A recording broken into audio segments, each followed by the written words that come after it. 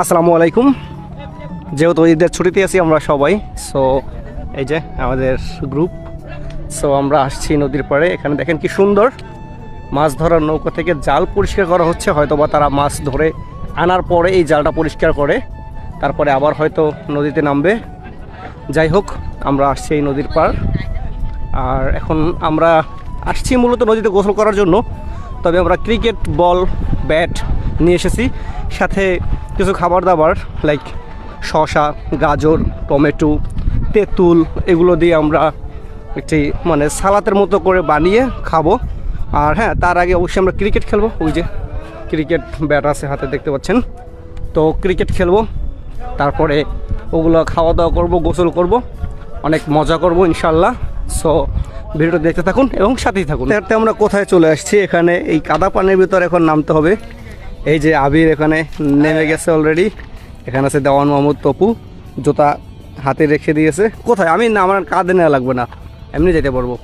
দেখেন এই কি সুন্দর একটা ভালো ছেলে, যে এই কাদা দেখে সে আমাকে কাঁধে নেওয়ার জন্য প্রস্তুত। আমি একটু ওই পাশ থেকে বেরোই। অবশ্যই বুদ্ধিটা আগে দিয়েছিল মেবি তুহিন বলেছিল যে শান্তরে কাঁধে নে, ওই কাদার ভিতরে হাঁটতে পারবে না, যার কারণে ফাইনালি আমি চলে আসলাম এই খাল কাদা সব পেরিয়ে। আর আমার একটু আসতে লেট হয়েছে, যেহেতু আমি এগুলোতে হাঁটতে অভ্যস্ত নাও মা। আবার পরে যেতে নিয়েছিলাম, দেখেন অবস্থা পুরো কাদা মাটিতে ভরা। আর ওইদিকে ওরা অলরেডি চলে গিয়েছে, যাওয়ার পর বসছেও। বাট আমি এখন পর্যন্ত ওদের কাছে যেতে পারিনি।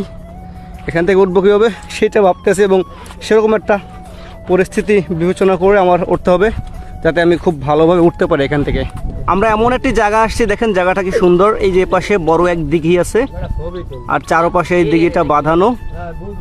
ঠিক এই পাশেই আছে কীর্তনখোলা নদী।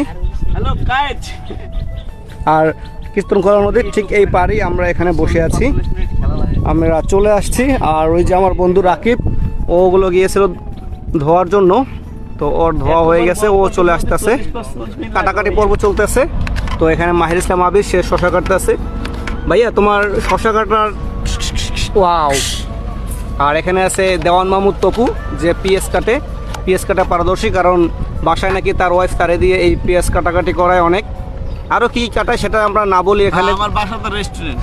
না রেস্টুরেন্ট কেন, বাসায় তোমার অন্য কিছুতে পেঁয়াজ লাগে না ভাইয়া? লাগে তো, সবসময় কাটায় আমার দিয়ে। আমি বাসায় যাই তো, হ্যাঁ, কাজ কাম বন্ধ দিয়ে বাসায় থাকি। না রাত্রে এসে কাটতে সমস্যা কি? পেঁয়াজ তো প্রতিদিন কাটা লাগে না নাকি? এটাই চিন্তা করো, বিয়ের পর বউ কেমন করবে, আমরা তো সেটাই চিন্তা করি।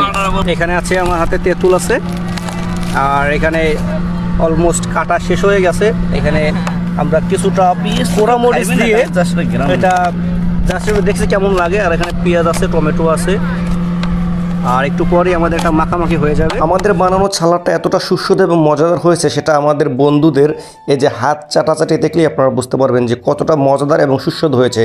এবং সালাদের শেষে যে রসটুকু থাকে, সেই রসটুকু খাওয়ার জন্য রীতিমতো যুদ্ধ শুরু হয়ে গেছিলো, যেটা আপনারা ভিডিওর প্রথমেই দেখতে পাচ্ছিলেন। সো এই ভিডিওটা আপনি দেখতে পাচ্ছেন যে ওই যে আমাদের বন্ধু তুহিন, ও করেছিল কি, ওইটা নিয়ে একটা দৌড় দিয়ে চলে গেল, এবং চলে গিয়ে এটা কিন্তু অনেক দূরে, যেহেতু আমি জুম করে আপনাদের দেখানোর চেষ্টা করছি।